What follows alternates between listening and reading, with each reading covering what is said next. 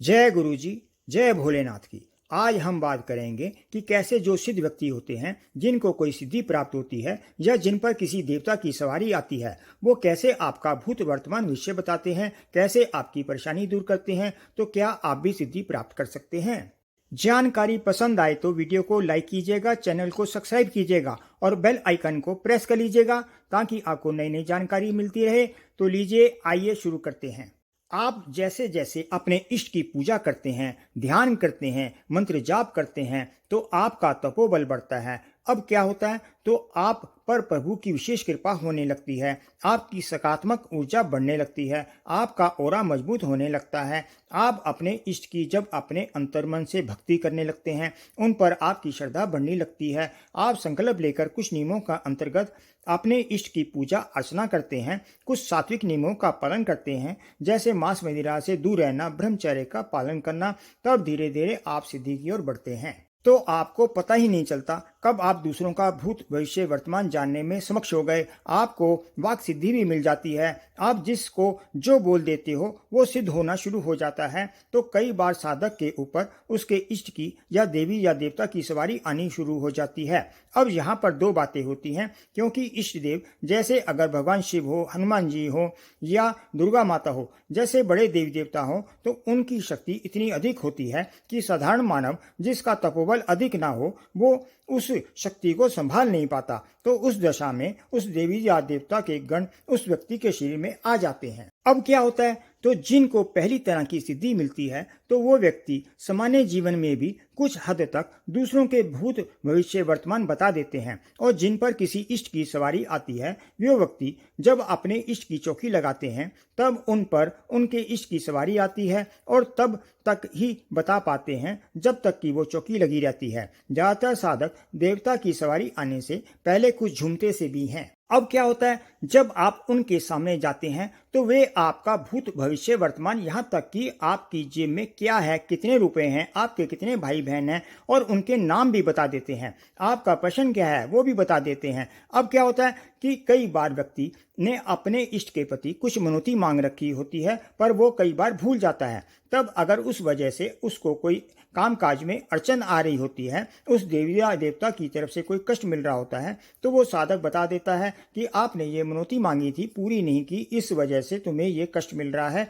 अपनी मनौती पूरी करो या जो चढ़ावा आपने अपने इष्ट को या देवी या देवता को चढ़ाना था, चढ़ा दो, तुम्हारी परेशानी दूर हो जाएगी। दूसरी तरफ कुछ साधक आपकी कोई शारीरिक समस्या हो तो वो भी दूर करने का प्रयत्न करते हैं। जैसे कई साधक अपने पास कोई चाकू या चिमटा सिद्ध किया हुआ रखते हैं और उससे आपकी शारीरिक परेशानी दूर करने का प्रयत्न करते हैं। जैसे आप उनके पास जाते हैं जहां उन्होंने चौकी लगा रखी हो, मान लीजिए आप बोलते हैं मेरे पेट में दर्द है या घुटनों में दर्द है, तो वो उस चाकू या चिमटे को आपके दर्द की जगह लगाएंगे जिससे आपका दर्द दूर हो जाए। अब क्या होता है, उस साधक में जितनी शक्ति होगी उस हिसाब से आपका दर्द दूर हो जाएगा हमेशा के लिए, या जब तक आप उस साधक के पास या उसके दरबार में बैठे रहेंगे आपका दर्द दूर हो जाएगा। आपको अनुभव नहीं होगा दर्द, लेकिन जब आप वहां से चलेंगे तो उसके दायरे से बाहर निकलेंगे तब आपको दर्द महसूस हो सकता है, क्योंकि जो हमारे पारबद्ध में भगवान ने लिखा है उसको काटने की शक्ति उस साधक में कितनी है, हमेशा के लिए या कुछ महीनों के लिए या जब तक हम उस साधक के पास बैठे हैं तब तक के लिए। यह सब बताने वाले साधक तीन तरह के होते हैं। पहले होते हैं अति उच्च श्रेणी के महाविद्या के साधक। इनमें आती है मां बगलामुखी माता जी, कमला तारा, इस प्रकार की 10 महाविद्याएं होती हैं। या भगवान भोलेनाथ या बजरंगबली या मां काली या भैरव बाबा आदि की शक्ति सिद्ध होती है। इन साधकों के सामने जब आप जाते हैं तो वे आपका भूत भविष्य वर्तमान सब जान जाते हैं। आपने क्या जीवन में अच्छा किया, क्या बुरा किया, ये सब जान जाते हैं। किन कर्मों की वजह से आप कष्ट पा रहे हैं यह जान जाते हैं। ज्यादातर ये साधक अपने इष्ट की भक्ति में लीन रहते हैं। इनको धन आदि की ज्यादा कामना नहीं होती है, इसीलिए यह साधक आपको भूत वर्तमान बताने में ज्यादा रुचि नहीं लेते, जबकि ये आपका भूत वर्तमान भविष्य सब जान जाते हैं प्रकृति नियमानुसार। और जिनकी सिद्धि उन्हें प्राप्त है उनके नियमानुसार भविष्य बताने की मनाही होती है। परंतु जब आप उनकी शरण में जाते हैं तो आपके भविष्य में यदि कुछ अनिष्ट होना होता है तो वे सीधे ना कहकर कुछ घुमा फिराकर बता देते हैं और उनके लिए कुछ उपाय बता देते हैं, जिनको करने से आपकी परेशानियां या संकट कुछ हद तक कम हो जाते हैं या टल जाते हैं। दूसरे साधक होते हैं कुछ उच्च शक्तियों के साधक जिन्हें अप्सरा और योगिनी सिद्धि प्राप्त होती है। वह भी भूत वर्तमान बता सकते हैं और यहाँ तक कि भविष्य की कुछ घटनाओं को भी बता सकते हैं। यहाँ भी प्रकृति नियमानुसार भविष्य बताने की मनाही होती है। ये साधक जिन भी अप्सरा या योगिनी को सिद्ध करते हैं, वे शक्तियाँ उनको धन से या जो भी उनकी मनोकामना इच्छाएं होती हैं उनको पूरा कर देती हैं।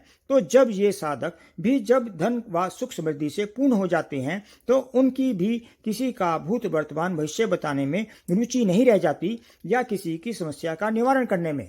कई बार तो विषय विकारों में फंसकर या उस सिद्धि के प्रति दिए गए नियमों शर्तों का उल्लंघन करने से सिद्धि खत्म भी हो जाती है। फिर भी अगर ऐसे साधक मिल जाएं और आप उनके प्रति श्रद्धा रखें तो वे आपको बता सकते हैं। तीसरे साधक होते हैं छोटी शक्तियों के या यूं कहें तो नेगेटिव ऊर्जा शक्तियों के साधक। ज्यादातर ये साधक या यूं कहें कि ये तांत्रिक छोटी शक्तियों जैसे कर्ण पिशाचिनी, पंचांगुली या बाम की साधना सिद्ध कर लेते हैं। जो पंचांगुली साधना होती है वो ज्योतिषी की एक विद्या है जो सात्विक विद्या है। यह विद्या साधक को धीरे धीरे ज्योतिष का अत्यंत ज्ञान कराती है, जिससे साधक ज्योतिष में आगे बढ़ता चले जाता है और उसके ज्योतिषीय अनुमान भविष्यवाणी काफी हद तक सटीक होने लगती है। जबकि कर्ण पिशाचिनी और बाम की साधना पिशाच वर्ग की साधना है, जिन्हें आप नकारात्मक ऊर्जा शक्तियां भी कह सकते हैं। कर्ण पिशाचिनी कुछ ही दिनों में सिद्ध हो जाती है। कुछ साधक जो कि इन साधनाओं की दीक्षा देते हैं वे 7 या 11 दिन आदि में सिद्ध करने की दीक्षा भी देते हैं। यह एक बहुत ही खतरनाक विद्या है। कर्ण पिशाचिनी सिद्ध होने पर यह साधक को परिवार से दूर कर देती है या पति या पत्नी आदि जीवित नहीं रहते। इनको मांस मदिरा का भोग देना पड़ता है। इनकी भी कुछ शर्तें होती हैं जिनको ना मानने पर ये साधक को मार देती हैं या विक्षिप्त कर देती हैं। बनने के बाद ये साधक की जीवात्मा को अपने लोक में ले जाती हैं, उस पर कब्जा कर लेती हैं, उसे मोक्ष प्राप्त नहीं होने देती या पुनर्जन्म नहीं होने देती। ऐसे साधक आपको जब भूत वर्तमान बताते हैं तो आप उनके प्रति नतमस्तक हो जाते हैं और उनका उद्देश्य ही पैसा कमाना होता है। और जब आप उनसे अपना भूत वर्तमान जानकर आश्चर्य से भर जाते हैं, फिर आप भविष्य जानना चाहते हैं, तब वे विषय बताने के या उपाय बताने के आपसे धन की फरमाइश करते हैं। सभी विद्याएं और शक्तियां सही भविष्य नहीं बता पाती, जबकि अधिकतर भूत और वर्तमान सही बता देती हैं। उच्च कोटि की विद्याएं होती हैं या उच्च शक्तियों के जो साधक होते हैं वह भी पूरा भविष्य नहीं बताते, क्योंकि प्रकृति नियमानुसार भविष्य बताने की मनाही होती है। नहीं तो शक्तियां वापस चली जाती हैं, लेकिन वे उपाय बता देते हैं, वे आपको भविष्य के प्रति सावधान कर देते हैं। पिशाचिक शक्तियों के साधक ज्यादातर भूत वर्तमान बताते हैं। यद्यपि इनकी शक्तियों की गति भविष्य में नहीं होती या यूं कहें कि इनकी पहुंच भविष्य में नहीं होती और ये भविष्य सही नहीं बता पाते, पर फिर भी ये शक्तियां अनुमान के आधार पर भविष्य बताती हैं। प्रेत, जिन आदि जैसी शक्तियों के आधार पर भूत वर्तमान जानने में अधिक समय लगता है, क्योंकि इनकी गति पिशाच और पिशाचिनी से कम होती है। आपको ये जानकारी पसंद आई हो तो कमेंट बॉक्स में जय भोलेनाथ का जयकारा लगाइए। आज बस इतना ही, फिर मिलेंगे नई वीडियो में नई जानकारी के साथ। जय गुरु जी, जय भोलेनाथ की।